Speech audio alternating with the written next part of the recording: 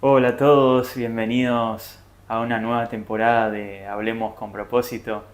Hoy estamos con Pablo Aristimuño. Gracias Así Pablo es. por estar acá, gracias por compartir en este canal. No, gracias por invitar.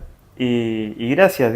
Simplemente hoy con Pablo vamos a hablar de un poco de lo que es la terapia, ¿no? En lo que es la salud mental y relacionado con la fe, ¿no? Bueno, Pablo es médico, terapeuta y psiquiatra también, y bueno, licenciado en Córdoba, así que nos va a estar explicando un poco de qué trata todo esto. Así que simplemente, Pablo, gracias por estar aquí. Y bueno, quería arrancar con esta pregunta que por lo general siempre hacemos a los invitados, que los inicios, ¿no? A mí, una persona que me gusta mucho los superhéroes, y quería preguntarte cómo inició ese Pablo, qué le apasionó a estudiar lo que sos hoy, ¿no? Bueno, el empezar a estudiar medicina no fue tan planificado. Yo había hecho un secundario con una orientación biológica.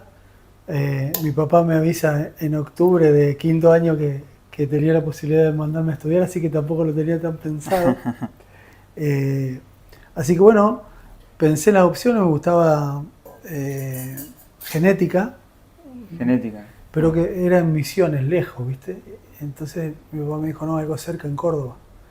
Así que tenía algunos amigos del curso que iban a estudiar medicina y me sumé con uno de ellos, me inscribí.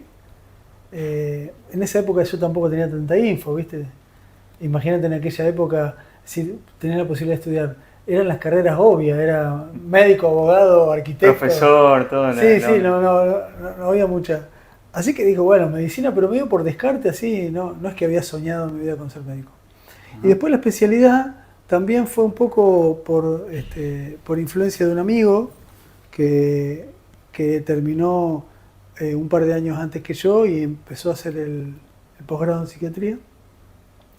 Así que dije, me interesaba porque como yo era una persona de iglesia, de consejería, ¿no? Estaba acostumbrado al intercambio con la gente, a escuchar Ajá. gente, y digo, puede ser una rama interesante de la medicina para seguir haciendo esto, ¿no? Seguir escuchando gente, aconsejando, ayudando.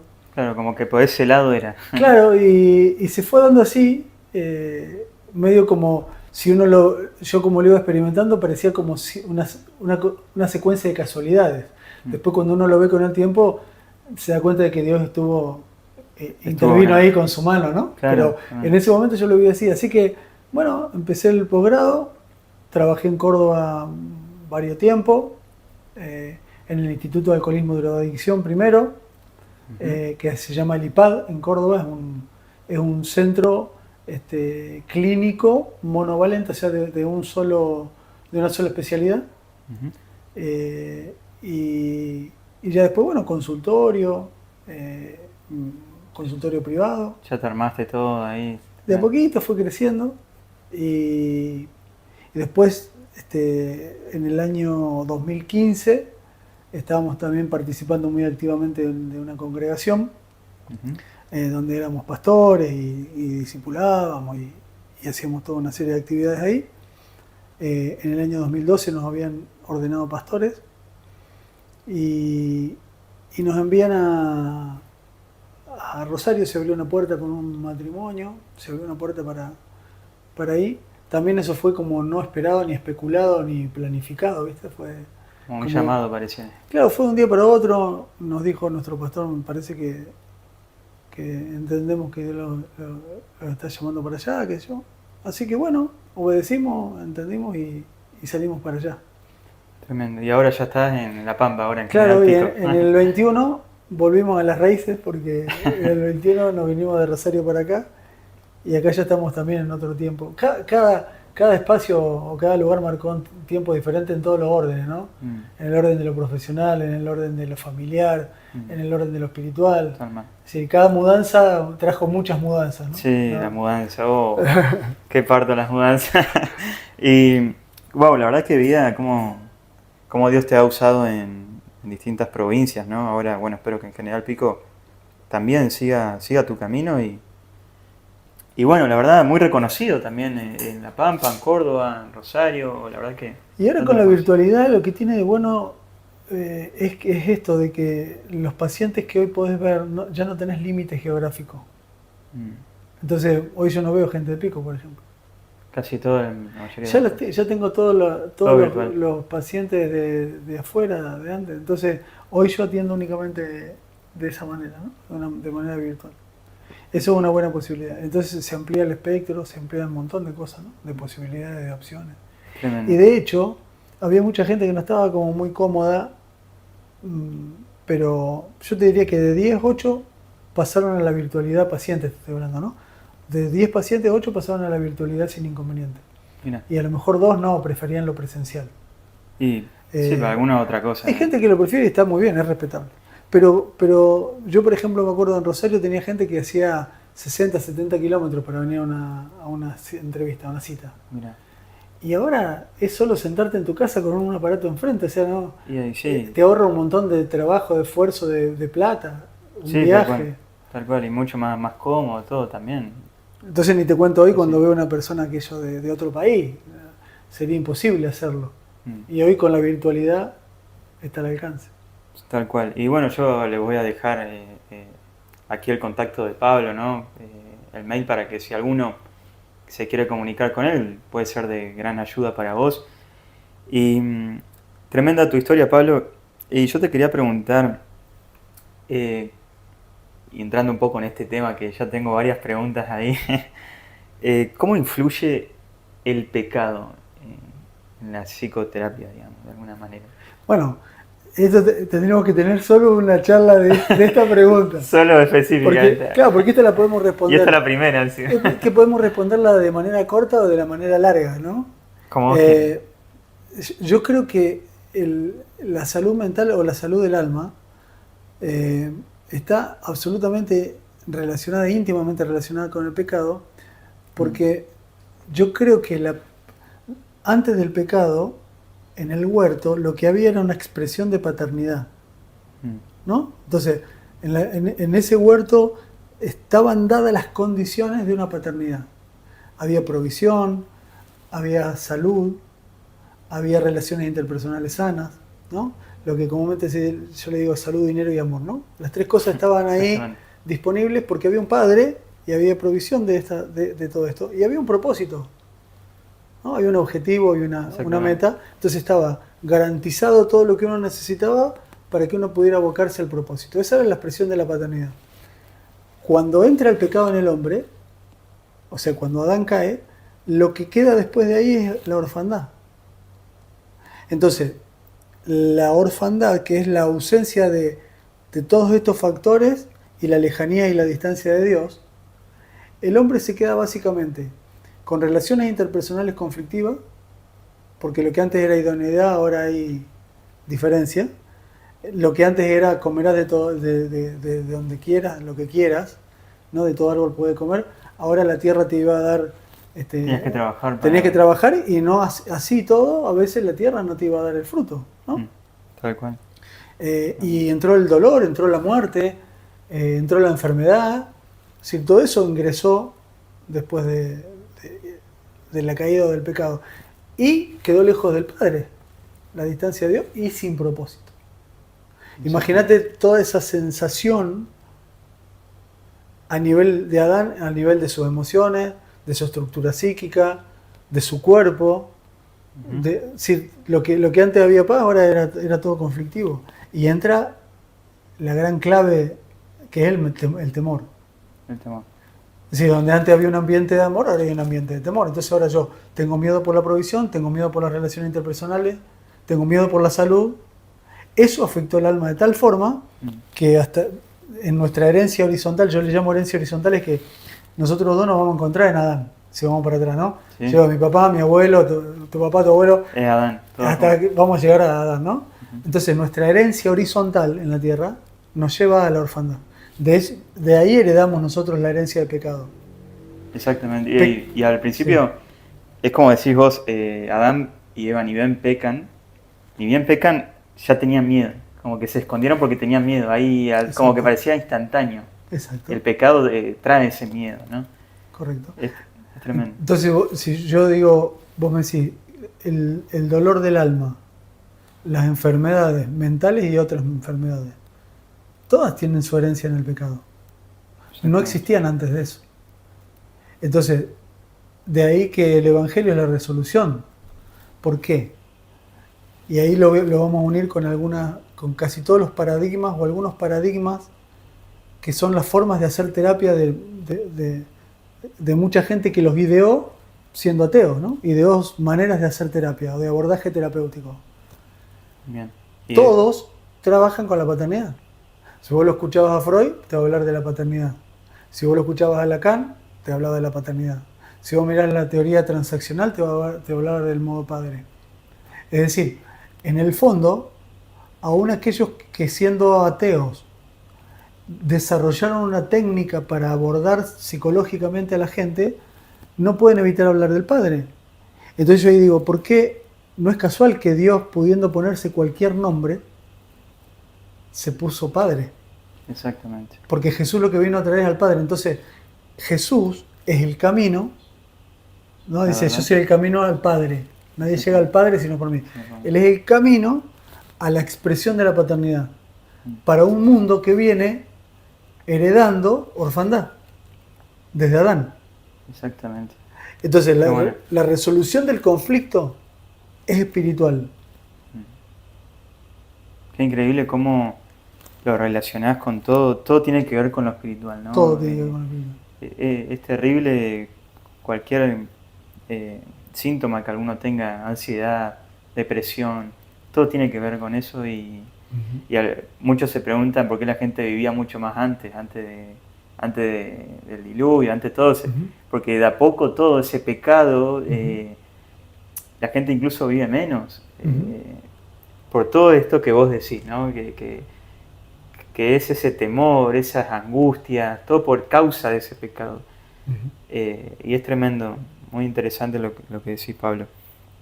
Y, de hecho, yo te agrego una cosita más. Sí, yo creo que cuando hablamos de la herencia de pecado, nosotros cuando hablamos de pecado solemos pensar en las manifestaciones del pecado. Solemos decir, bueno, mentir, robar, asesinar. Entonces, creemos que eso es el pecado. Para mí el pecado, esas son manifestaciones del pecado. El pecado es la orfandad. Cuando yo heredo, ¿qué es lo que heredo del pecado? La orfandad. Ese es el pecado. La distancia de Dios. Después se manifiesta de diferentes formas en diferentes áreas de la vida. Pero yo digo, imagínate un niño huérfano en la calle. Imagínatelo en una esquina pidiendo, lavando vidrios de los autos. Ese chico va a pelearse con el que venga a querer robarle la esquina, va a pelear todos los días para ver qué come, va a pelear la noche para ver dónde duerme. En realidad, el pecado de ese niño no es pelearse en la calle o robar para vivir. El pecado es ser un huérfano, que se manifiesta de muchas formas, ¿me explico? Terrible. Sí, terrible. Es como que hay algo clave que abarca lo demás. Exacto. La plataforma es la orfandad, que se resuelve con paternidad. Qué interesante, la verdad. Qué palabra que sinceramente no la sabía, orfandad. Y la verdad muy interesante tenerlo uno presente, ¿no? Y ¿cómo podés decirle a la gente que pueda tener esa relación con el Padre? Yo cuando hago terapia tengo básicamente dos tipos de pacientes. Los que conocen algo del Evangelio, que son muchos porque ya me conocen, entonces ya te busca gente que es cristiana. Y también tengo pacientes que no son cristianos. Con los dos empiezo de la misma forma, explicando el problema. Y a los dos les digo lo mismo, los dos expresan orfandad. Y los dos fueron, esa orfandad fue activada en general en los primeros años de vida. Cuando nosotros estábamos ahí con nuestros papás, que no importa porque no es un juicio a los padres, ¿no? Si son buenos, malos, lindos, feos, presentes, ausentes. Es decir, todos tenemos diferentes tipos o calidades de papá, pero en definitiva a todos se nos manifiesta en algún episodio traumático de niños la orfandad. Entonces a todos les explico lo mismo. Ahora, la resolución final es Dios Padre. Y, por ejemplo, los que no son cristianos, ¿te tocó alguno que no te dice, no, ya me está hablando de Sí, Dios, que no? sí. Como que uno relaciona a Dios a rechazo, ¿viste? Los que por ahí Ujú. no creen en eso, como que en eso lo espiritual más que nada, no sé si en Dios, pero más de lo espiritual. ¿Cómo lidias con ese tipo de cliente, no? No, nunca nadie me dijo así. A veces cuando yo veo que hay cierta resistencia, directamente tampoco entro en algunas áreas, ¿no?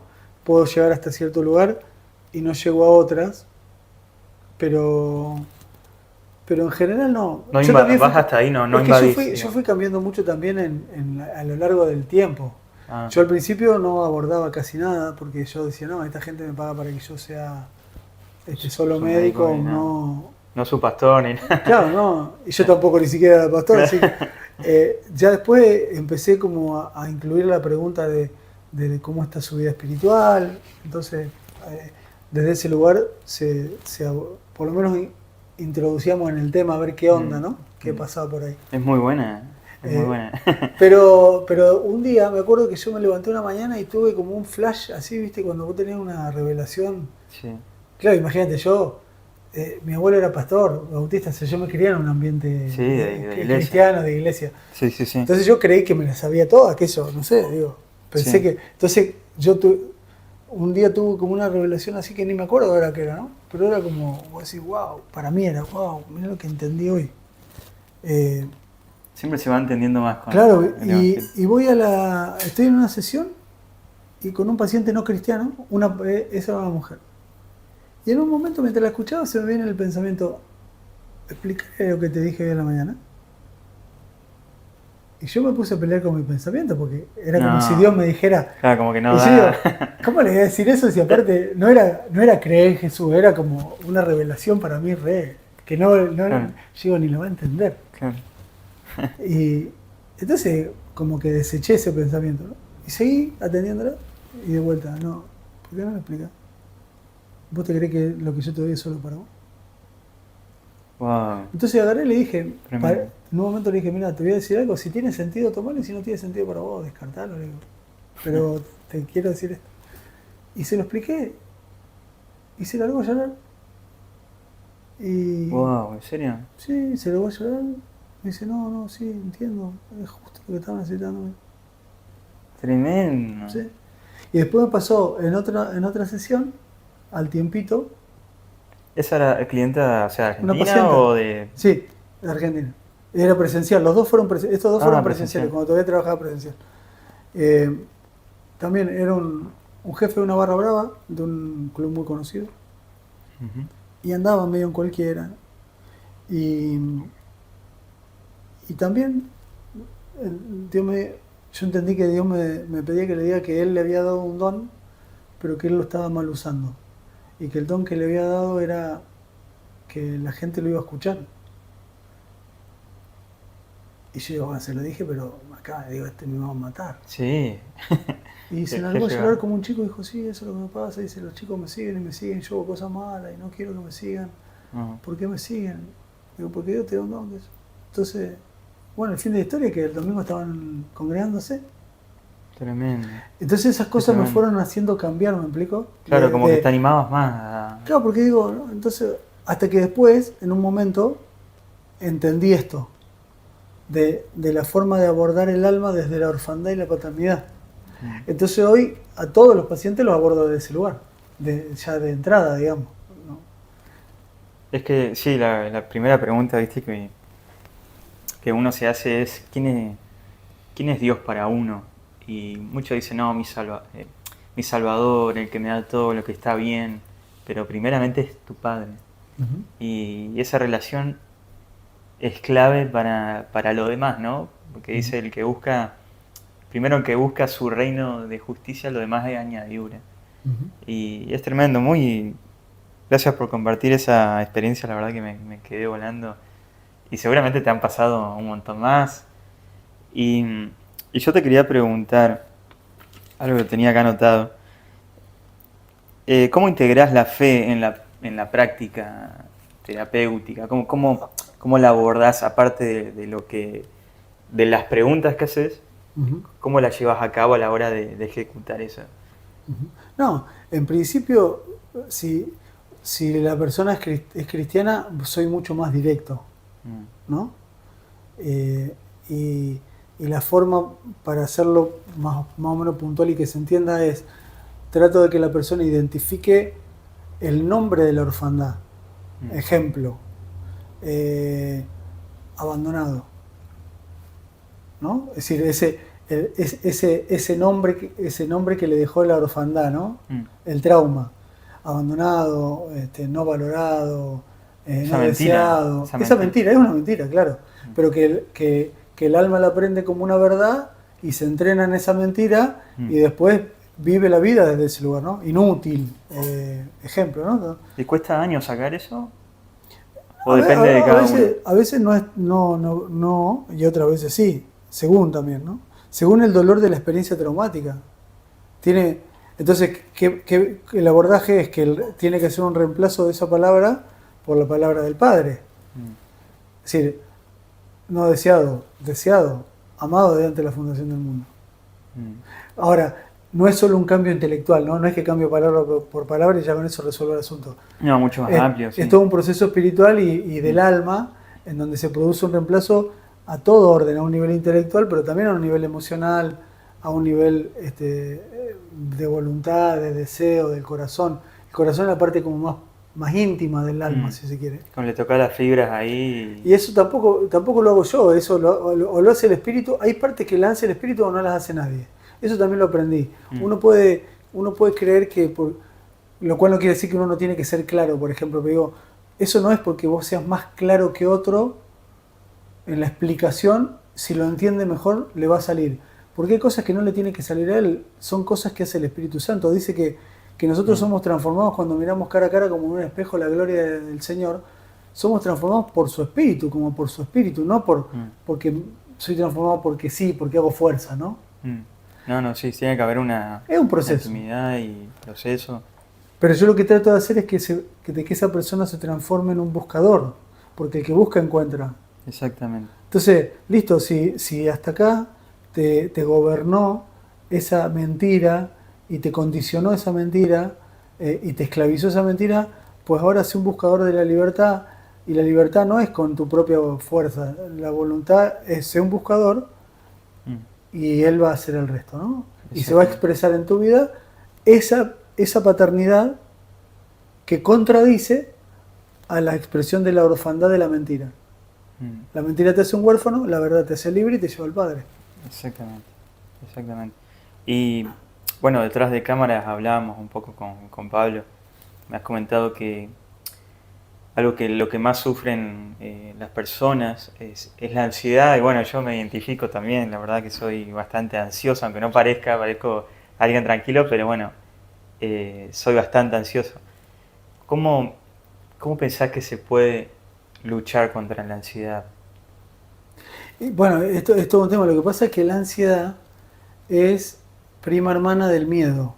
Mm, Y como nosotros dijimos en la charla, el miedo es como la llave, así como la fe es la llave del espíritu y del reino, el temor es la llave del infierno.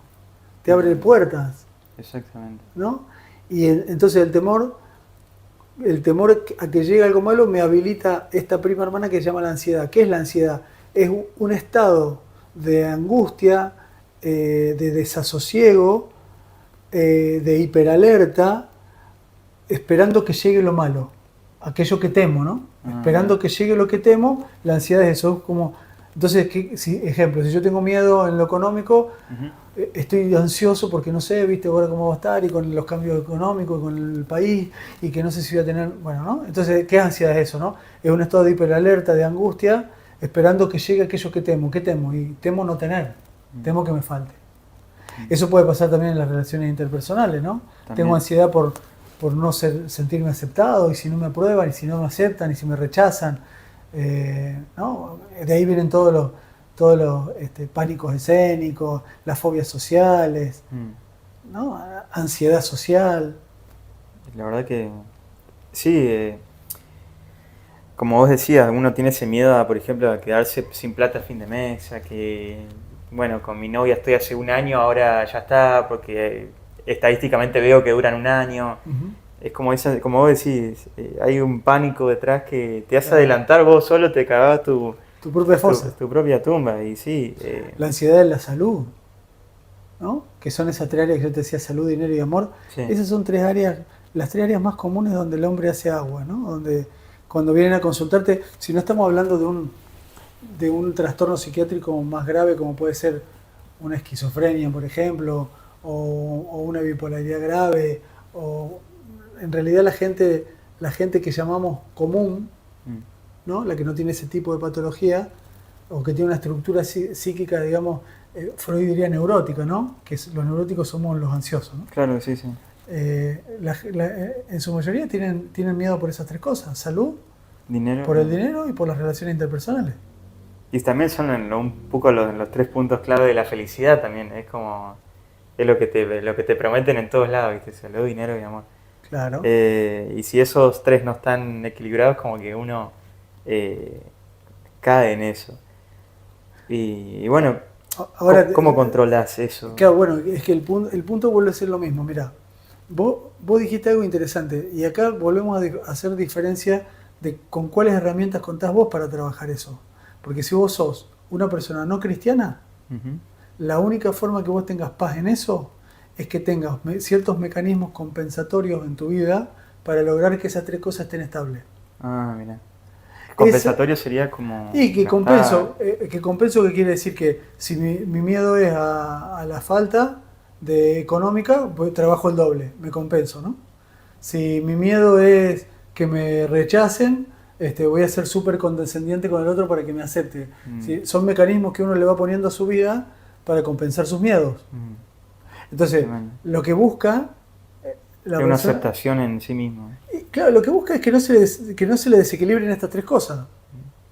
Entonces, eso es lo que Jesús dice, yo le doy la paz, pero no la paz que da el mundo. Wow.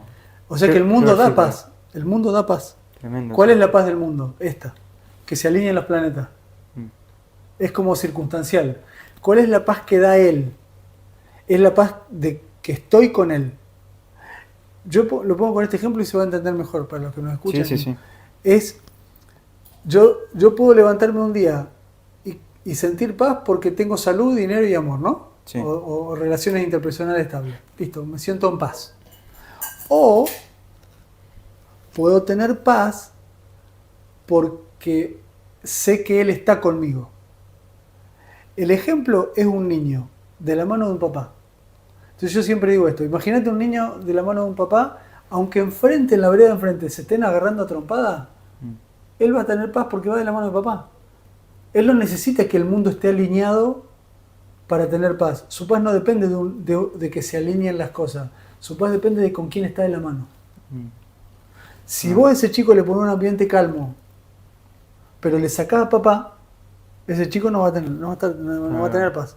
O sea que su paz depende de con quién está, no de que las cosas ocurran en equilibrio. Como que mientras esté Dios, todo lo demás. Ese es el principio. Esa es la paz de Jesús. Por eso él decía: ustedes no tengan miedo, que yo voy a estar con ustedes hasta el fin del mundo. Y o sea, que yo vencí al mundo. claro, y que Él va a estar. Dice: yo estaré con vosotros todos los días hasta el fin del mundo. Es decir, si Él está, Bueno.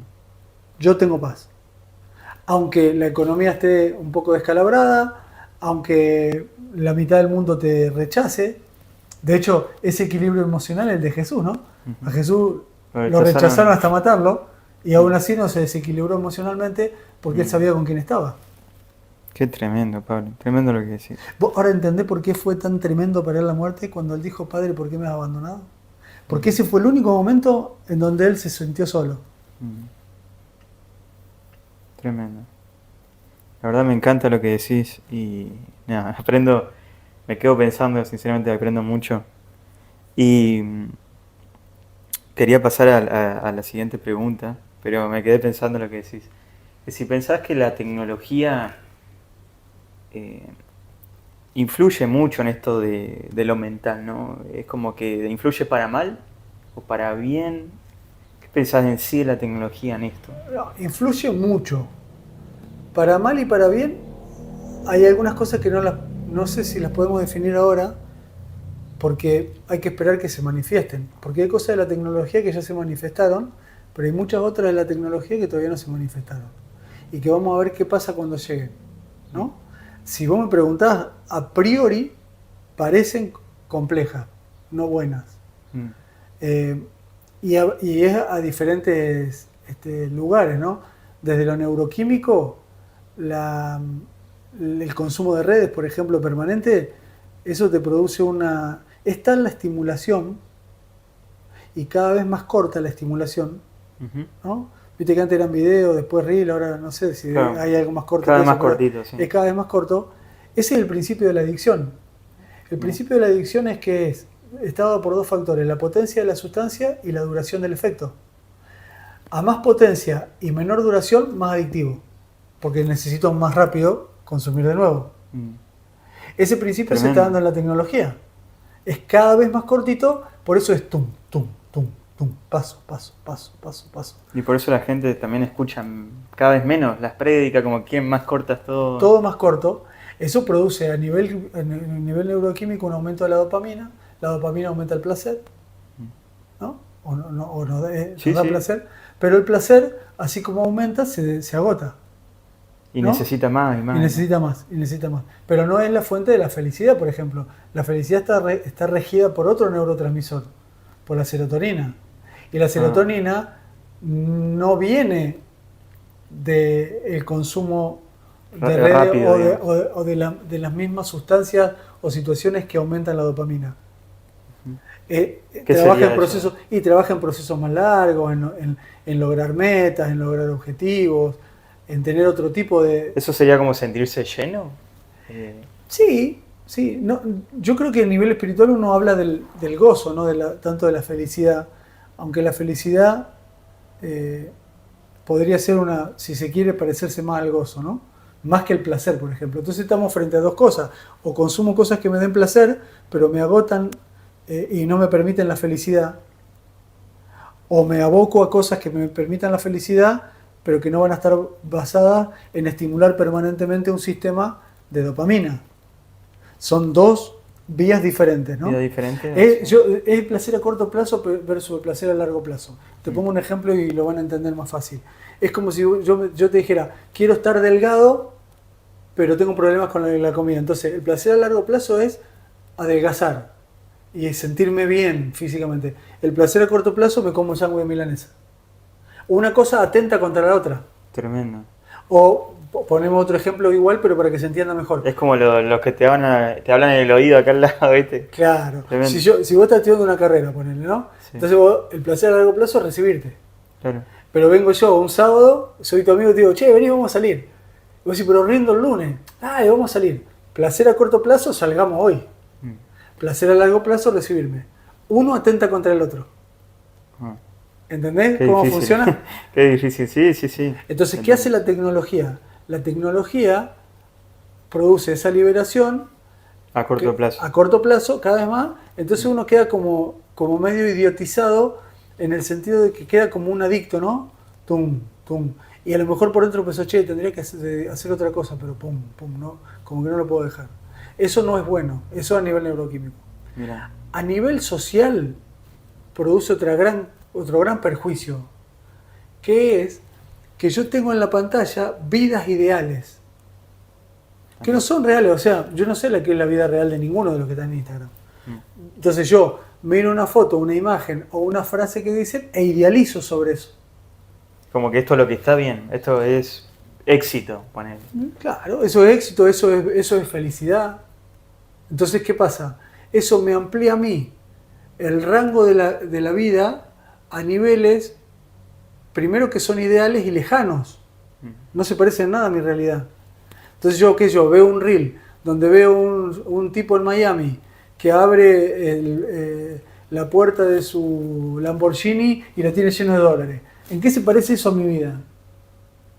No sé, nada. Pero eso me estimula, te motiva. Claro, entonces ¿qué me hace a mí? Me hace generar expectativas. Esas expectativas, obvio que no se van a cumplir. Porque yo te dije una locura, te dije un Lamborghini, pero también puedo ver algo más normal que también sea irreal para mí. ¿no? Entonces me genera expectativa porque yo idealizo, el mundo ideal es una cosa, el mundo real es otra. Esa idealización hace que yo, cuando vivo la realidad, me frustre. Entonces tenés gente frustrada, enojada con la vida que vive. Porque si no tiene para irse de vacaciones, le gustaría irse de vacaciones. Si se va de vacaciones y puede irse a Mar del Plata, le gustaría irse a Bucio. El que se va a Bucio quiere irse a Miami, el que está en Miami quiere irse a la Costa Azul francesa. No tenés límite. Entonces, eso hace de goma la estructura social psicológica. Porque todo me frustra. Me frustra el sistema de salud que tengo, porque a todo lo comparo con el ideal, ¿me explico? Sí, mi esposa la comparo con el ideal, la mujer ideal no existe, mi esposa real ya existe. Mi casa la comparo con la casa ideal no existe, existe en mi casa real. El auto ideal con el auto real, ¿me explico? Sí, sí, tremendo. Es como la idealización de un falso marketing, digamos. Eso es devastador. Ahora, el tercer punto que podemos hablar de la tecnología es que ahora lo que se viene es que puedan coexistir las dos cosas. Eso es el metaverso. ¿Escuchaste el metaverso? La inteligencia artificial. El metaverso ya se venden. El metaverso es como construir. ¿Viste cómo se construye en un jueguito en computadora, un juego? Sí. ¿No? Que vos construís un mundo. ¿Viste todo eso? Sí, sí. Esos juegos últimos que salían de construir tu propio mundo, sí, sí. Donde tenés un avatar que te representa. Donde vos querés. Exacto. Bueno, ahora imagínate hacer eso, pero en un mundo donde vos te pones un anteojo 3D y entrás al mundo, vos como un avatar, y te encontrás con otros avatares conectados en simultáneo con vos, pero que están coexistiendo en ese mundo. Bueno, hay un capítulo de Black Mirror, creo, que narra un poco eso, y de lo peligroso que puede llegar a ser también. Bueno, eso ya es real. Salía, no sé cuánto saldrá ahora, pero el año pasado todavía no es accesible para muchos. Mira, un amigo mío fue a Estados Unidos y en un shopping le hicieron una muestra. De ahí viene, viste que ahora WhatsApp y Facebook se llaman Meta. Sí. Bueno, sí. Ellos son uno de los pioneros del metaverso. Apple tiene su propio metaverso también y hay otros metaversos más. Entonces, él estaba dando vueltas en el shopping y le hicieron una prueba. Le pusieron para que probara. Wow, dice que tremendo. Hizo así, estaba en las pirámides de Egipto. Parecía que estaban ahí. De repente cambió la imagen y estaba frente al ruso de Rocky 4. Ahí salió corriendo. Sí, dice, a pesar de que sabía que era mentira, me reintimidó. Claro, me intimidó. Bueno, cuando terminó de ahí de hacer la prueba, le ofrecieron un terreno en el metaverso. O sea, te van a ofrecer un terreno, salía $40.000 el terreno. En el metaverso. O sea, vos podés comprar tu espacio en ese mundo virtual. Tremendo. No sabía tanto, pero tremendo. Bueno, eso es lo que se viene. Ahora, vos imaginate esto. Sí. Imagínate vos estar con un anteojo 3D metido en ese lugar. En el metaverso ya se hicieron recitales. En el metaverso ya hubo denuncia de abuso sexual, de acoso sexual. Porque ya existen metaversos a prueba que están funcionando. Y una chica denunció que un grupo de personas que habían entrado, que no sabían si eran hombres o mujeres, porque eran solo avatares, habían abusado de ella. Wow, tremendo. Entonces ahora imagínate, entrar en ese mundo donde vos vas a poder construir, supongo que también ahí el Bitcoin y la plata, ¿no? Claro, no vamos a poder tener toda la misma casa. Pero vivir en ese mundo virtualizado. Todo irreal. Claro, es que acá hay una clave. Ahí hay una clave. Que si la mente lo vive, la experiencia es real. Aunque no es física. Pero ya se está trabajando para que sean las dos cosas. Es decir, que yo tenga la posibilidad. No sé si viste una película que se llama La cabeza de la araña, creo. No. La película no es buena. A mí no me gustó mucho. Pero es interesante desde lo filosófico, porque tenían la posibilidad de dispararse.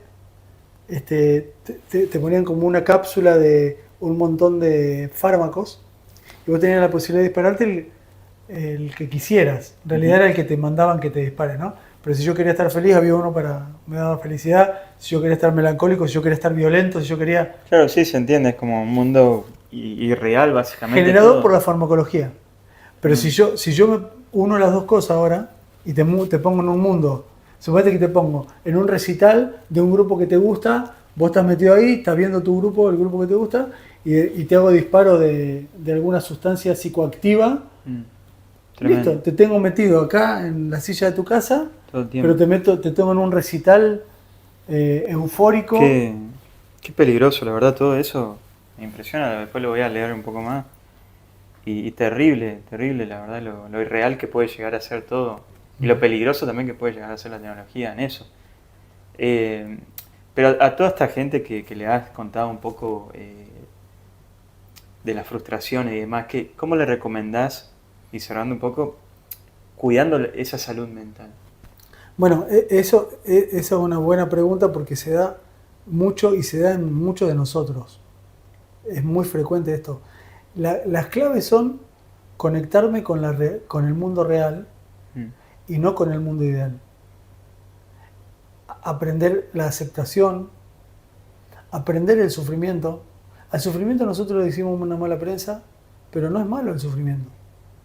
No es lindo, pero es necesario. Todo lo que crece, sufre. Todo lo que madura, sufre. Si yo quiero tener un buen cuerpo, tengo que sufrir en el gimnasio. Si yo quiero ser un buen futbolista, tengo que sufrir entrenando. Si yo quiero ser médico, tengo que sufrir estudiando. El sufrimiento, si yo soy un adolescente, voy a sufrir porque me van a doler los huesos porque estoy creciendo.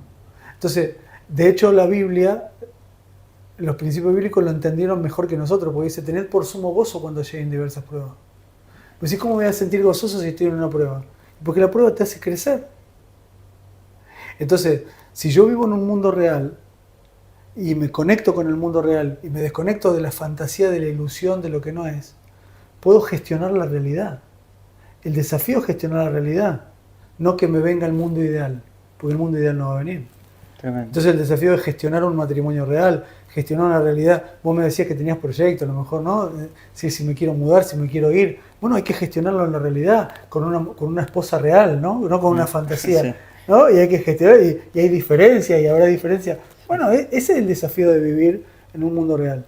Exactamente. Tener un propósito para que justamente podamos transformar lo real para que se parezca o para que haga juego con los diseños de Dios para este tiempo. Entonces, el vivir en una vida real, con dificultades reales, con sufrimientos reales, no necesariamente tiene que ser malo en función del propósito de existir.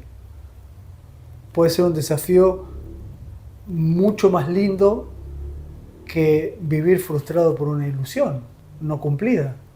Tremendo, tremendo.